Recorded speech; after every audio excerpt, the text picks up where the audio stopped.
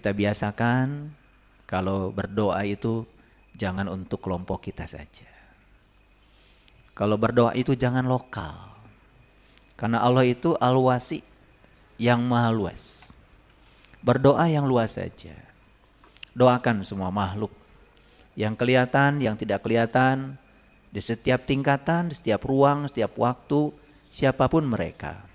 Semoga selalu berbahagia. Apa susahnya sih? Kan tidak sulit. Tidak usah beli bahasa itu. Kita kadang-kadang berdoa saja hanya untuk kelompok kita, komunitas kita. Biar kelompok kita aja yang selamat. Orang lain gak selamat juga gak apa-apa. Ini kan sudah ada masalah dengan cinta kasih kita. Ada masalah dengan welas asih kita. Segala puji hanya milik Allah, sang kehadiran, sang keberadaan, sang hidup, sekaligus juga sang daya hidup yang meliputi seluruh makhluk tanpa batas. Dan sekarang pun Dia bersama kita, meliputi seluruh sel dalam tubuh kita. Mari kita rasakan kehadiran Dia dalam diri kita. Dia tidak pernah tidur, tidak pernah ngantuk, mengurusi seluruh kebutuhan kita. Dia mewujud dalam diri kita, yang paling sederhana adalah nafas yang kita rasakan saat ini. Gak usah jauh-jauh. Allah itu bukan di sana, bukan. Saya tidak menemukan satu ayat pun di kitab suci manapun yang mengatakan Allah ada di tempat yang tinggi sana, tidak ada. Allah berulang kali mengatakan, aku bersama kamu. Aku bersama kamu. Wa huwa ma'akum aina ma kuntum. Aku bersama kamu. Dimanapun kau berada, aku tidak pernah meninggalkan kamu. Kurang apa? Allah mengatakan begitu jelas kepada kita. Lalu terkadang kita ini yang asli dinapikan, yang palsu diagung-agung. Yang asli dibiarkan, diabaikan. Tapi yang palsu malah jadi pegangan. Ini masalah bagi kita. Ya. Mari kita belajar merasakan kehadiran Dia sebagai tubuh batin kita dari dalam. Sesekali merasakan keberadaannya dari dalam. Jangan terus-menerus hanya merasakan sensasi-sensasi dari luar. Walaupun sebetulnya Dia juga tidak di dalam, tidak di luar, tidak di atas, tidak di bawah, tidak di kiri, tidak di kanan. Dia tidak menempati ruang, karena Dia bukan materi. Dia adalah zat laisa kamitslihi syai'un. Tetapi Dia ada di mana-mana. Dapat dirasakan oleh mereka yang tahu ilmunya, yang tahu caranya. Oleh karena itu, sebelum kita memulai kajian kita hari ini, mari kita sampaikan rasa syukur yang dalam. Kita puji Dia bersama-sama membaca hamdalah. Alhamdulillahi rabbil alamin. Sesekali membaca alhamdulillah itu dengan kesadaran. Segala puji habis buatmu ya Allah. Habis. Gak ada untukku. Begitu kita dengan kesadaran mengatakan alhamdulillahi rabbil alamin, segala puji habis untuk Allah yang meliputi semesta raya, sang keberadaan, sang kehadiran. Kita tidak takut lagi hidup. Tidak takut ketika dicela. Tidak tumbang ketika dihina. Dan tidak terbang juga ketika mendapatkan sanjungan. Belajar datar hidup itu. Datar. Tidak baperan. Dikritik sedikit saja sudah oleng. Ini kan ada masalah dengan kata-kata kita. Karena ucapan alhamdulillahi rabbil alamin itu gak diisi dengan kesadaran. Kita mengucapkannya seperti robot saja. Ada suara tetapi tanpa kesadaran. Bawa kesadaran itu ke dalam diri kita. Mari kita awali kajian kita hari ini. Semoga ilmu yang akan Allah alirkan kepada kita, terutama lewat mulut saya sudah berserah diri sepenuhnya kepada Dia. Saya tidak tahu apa-apa, saya tidak punya apa-apa. Saya tidak bisa apa-apa. Bahkan saya juga bukan siapa-siapa. Terserah dia saja. Dia mau menggunakan saya untuk apa? Ya terserah dia sang pemiliknya. Kalau kita bisa membebaskan segala keinginan kita, berhenti mengatur-ngatur dia. Kan sudah terbukti ya, hidup diatur oleh kita itu berantakan. Coba sekarang, serahkan pada dia. Biarkan dia turun tangan. Dan syaratnya kita harus angkat tangan. Kalau kita yang turun tangan ya Allah yang angkat tangan. Kan sudah terbukti ya. Semua hidup yang berantakan itu karena kita tidak hidup bersama dia. Tidak menari bersama tarian dia. Kita menciptakan tujuan-tujuan hidup baru yang berbeda dengan rencana semula dia menciptakan kita. Yuk kita rendukkan kepala kita. Kita heningkan batin kita. Kita sapa asma Allah dengan kelembutan dan cinta. Seraya membaca basmalah. Bismillahirrahmanirrahim. Ya. Saya pernah takut tuh baca Bismillahirrahmanirrahim ini. Takut, malu. Karena apa? Bismillahirrahmanirrahim itu kan deklarasi kita. Kita mengatakan atas nama Allah yang Maha Pengasih dan Maha Penyayang. Ada pengakuan dalam diri kita bahwa saya lahir karena Allah. Saya lahir karena untuk tujuan Allah. Saya lahir karena akan dipakai oleh Allah untuk menyampaikan rahman dan rahimnya Allah. Mengucapkan kalimat itu bagi yang berkesadaran itu perlu keberanian. Tapi yang tidak berkesadaran berani saja mengucapkan itu kayak robot. Kalau mengucapkan dengan kesadaran perlu keberanian. Apa saya layak untuk mengatakan atas nama Allah yang Maha Pengasih dan Maha Penyayang? Sementara saya masih pilih kasih. Sayang saya masih terbilang. Berbuat baik saja masih pilih-pilih. Melihat orang saja masih pakai strata. Melihat orang saja masih berbeda. Tidak ada kesetaraan melihat orang. Apa layak kita mengatakan itu? Coba renungkan. Belajar bertanggung jawab pada setiap kata yang kita ucapkan. Sehingga hidup kita itu bernilai, berkesadaran. Hadirin. Ada dua kalimat yang diulang-ulang sering kita baca. Ar-Rahman, Ar-Rahim. Saya pernah membaca satu kitab namanya Kitab Nurul Bayan. Sayang sekali kitab itu tidak tuntas ditulis oleh penulisnya karena keburu meninggal. Dan saya yakin penulisnya itu sudah mengenal Tuhan. Karena saya tidak menemukan kitab selengkap itu. Dan ditulis dalam bahasa Sunda yang sangat luar biasa. Dengan undak-unduk bahasa yang sangat tinggi. Saya menemukan dalam kitab itu ada hadis Nabi. Ketika Nabi Muhammad ditanya, apa bedanya Ar-Rahman dan Ar-Rahim? Kemudian Nabi Muhammad menyatakan, Ar-Rahman Rahmanud dunya, Ar-Rahim Rahimud dunya wal akhirah. Jadi Rahman dan Rahim itu sama, kasih sayang. Cuman berbeda objeknya. Jadi Rahman itu adalah cinta kasih yang bersifat universal. Untuk semua makhluk, untuk semua orang. Tapi ternyata Ar-Rahim itu sangat spesial. Makanya Nabi Muhammad mengatakan Ar-Rahim, Rahimud dunya wal akhirah. Jadi Rahim itu mencakup urusan materi dan urusan energi. Urusan materi dan urusan yang melampaui materi. Itu Ar-Rahim. Jadi level katanya udah lebih tinggi lagi. Tapi lagi-lagi ya, dua kata itu dijelaskan tidak ada maknanya. Karena itu nama Allah dalam Asmaul Husna. Jadi kalau ada orang yang menjelaskan nama-nama Allah, yang dia jelaskan itu bukan yang sebenarnya itu. Itu hanya persepsi dia terhadap nama itu. Dia sebetulnya sedang menciptakan Tuhan menurut persepsinya sendiri. Oleh karena itu hati-hati ya belajar tauhid. Jangan terlalu banyak kata-kata, jangan terlalu banyak definisi. Karena Allah itu awalnya juga tidak bernama.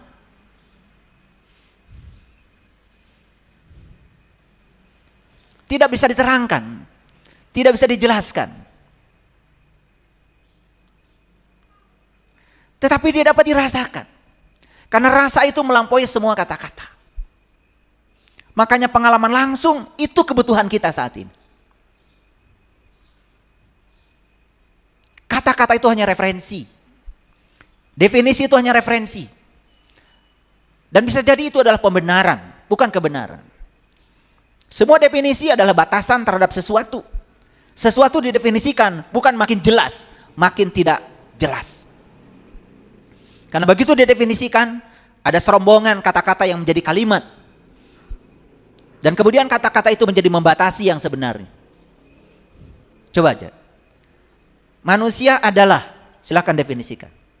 Begitu sudah serombongan kata-kata yang menjadi kalimat, itu menjadi batasan tentang manusia. Hati-hati, makanya jangan terlalu suka definisi.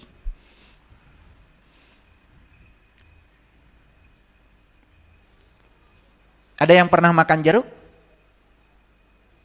Jeruk Bali, lemon, jeruk juga. Jeruk nipis, jeruk juga. Jeruk licin, jeruk juga. Jeruk Garut, jeruk juga. Coba. Satu nama aja jeruk, itu rasanya sudah lain-lain. Dan kita tidak akan sanggup untuk menjelaskan rasa jeruk. Tapi merasakan, sanggup. Karena kita diberi oleh Allah kemampuan untuk merasakan. Dan rasa itu meliputi seluruh tubuh kita. Karena kehadiran Dia, kita bisa merasakan segalanya. Jadi sebetulnya siapa yang merasakan itu? Kita atau Dia? Ya dia juga.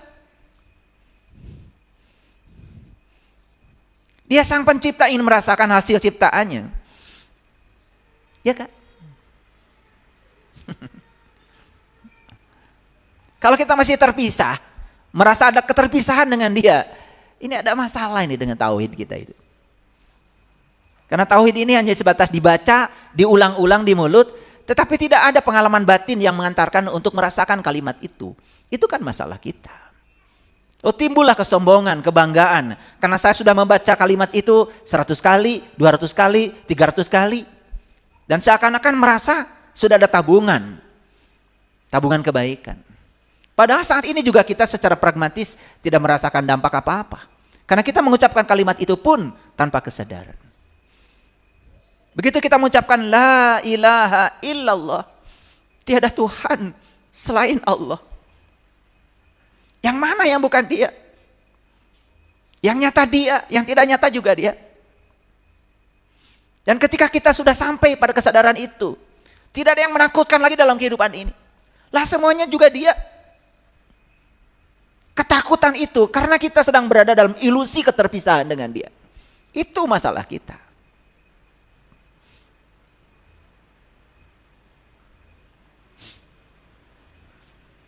Jadi ada dua kata yang selalu diulang-ulang setiap hari. Ar-Rahman, Ar-Rahim.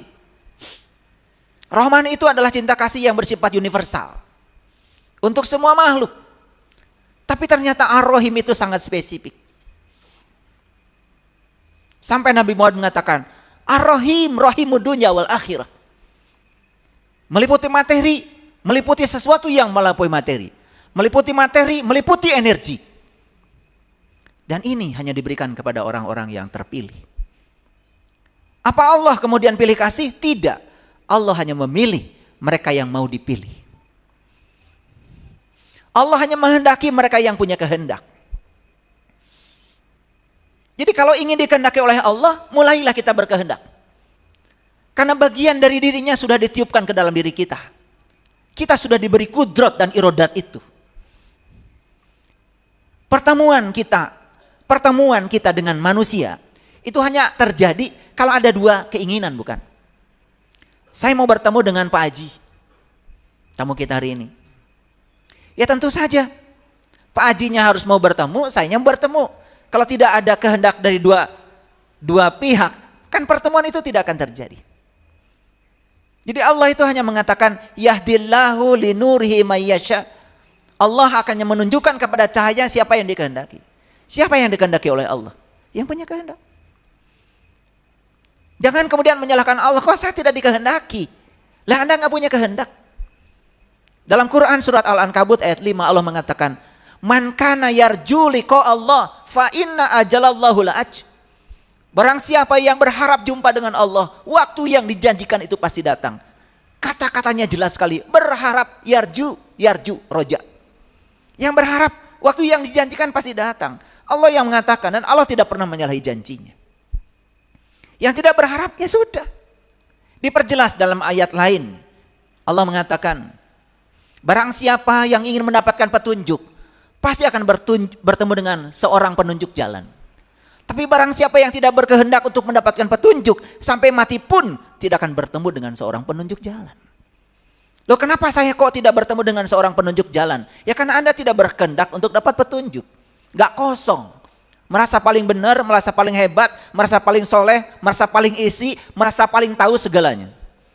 Saya berulang kali mengatakan, begitu kita merasa diri kita itu tahu segalanya, kita sudah jatuh jadi orang bodoh.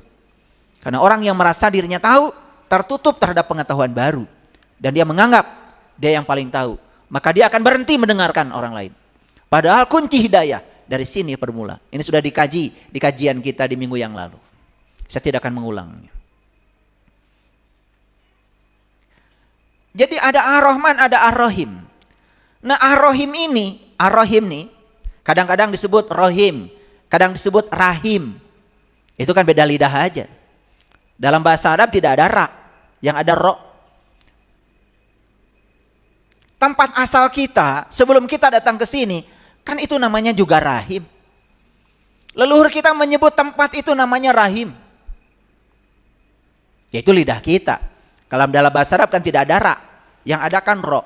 Betul nggak? Ya. Tempat asal kita saja itu diberi nama rahim, yang sering disebut rahim. Kalau leluhur kita menyebutnya itu alam mas kumambang, masa mengambang di rahim ibu. Saya baru tahu ternyata rahim itu, ada yang sharing tadi pagi karena pernah mengalami operasi sesar. Dokternya mengingatkan, ternyata rahim itu ada 7 lapis katanya. Makanya nanti diingatkan tuh yang mau dioperasi sesar, ini akan disayat 7 lapis katanya. Jadi rahim aja 7 lapis ya. Jadi kata 7 ini di Quran luar biasa. Sampai Allah mengatakan dalam Quran surat Al-Mu'minun itu, laqad khalaqna fawqakum sab'a tara'iq. Aku telah menciptakan di atas kamu 7 jalan. Jadi kita nggak ngerti 7 itu yang mana. Pokoknya kalau umroh disuruh muter 7 kali, muter aja. Disuruh sa'i 7 bolak-balik 7 kali sa'i dan Safa dan Marwah, ya pokoknya yang penting selesai. Disuruh melempar dengan 7 batu, yang penting dapat 7 dilempar, selesai. Tetapi tidak pernah bertanya, setelah itu apa? What next after that? Setelah itu apa yang harus saya lakukan? Dari simbol-simbol itu apa pesannya buat perjalanan hidup saya, untuk perjalanan spiritual saya? Dan merasa sudah selesai ketika upacara. Pada setiap ritus, setiap ritual, itu dicipta oleh para leluhur, itu ada tujuan, ada makna yang tersembunyi di sana, ada makna yang dititipkan di sana. Tapi titipan maknanya tidak pernah kita ungkap karena kita merasa selesai dengan itu. Makanya ada ritus. Ritus itu adalah metode, cara yang pernah dilakukan oleh para leluhur kita, para nabi, para rasul, yang dapat bisa menghantarkan mereka untuk mencapai tujuan kehidupan, menemukan ketenangan, menemukan kedamaian, menemukan akhlak yang mulia, menemukan kebajikan, menemukan kebijaksanaan. Ritus itu. Kalau ritus ini diulang-ulang, metode ini diulang-ulang, itu jadi ritual. Tapi ritual tidak ada artinya kalau tidak mengantarkan kita dalam dimensi spiritual. Makanya ritual harus ada spiritnya. Sholat kalau tidak ada spiritnya, itu cuma ritual, tidak sampai pada spiritual. Akibatnya apa? Sholat tidak membangun kesadaran, tidak berdampak apa-apa.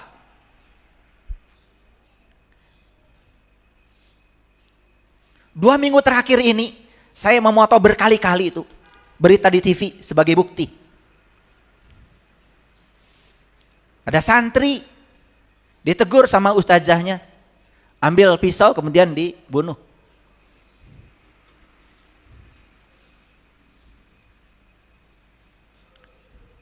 Ada orang tua bunuh anak, ada anak bunuh orang tua, macam-macam itu. beritanya. Ini kan ada masalah.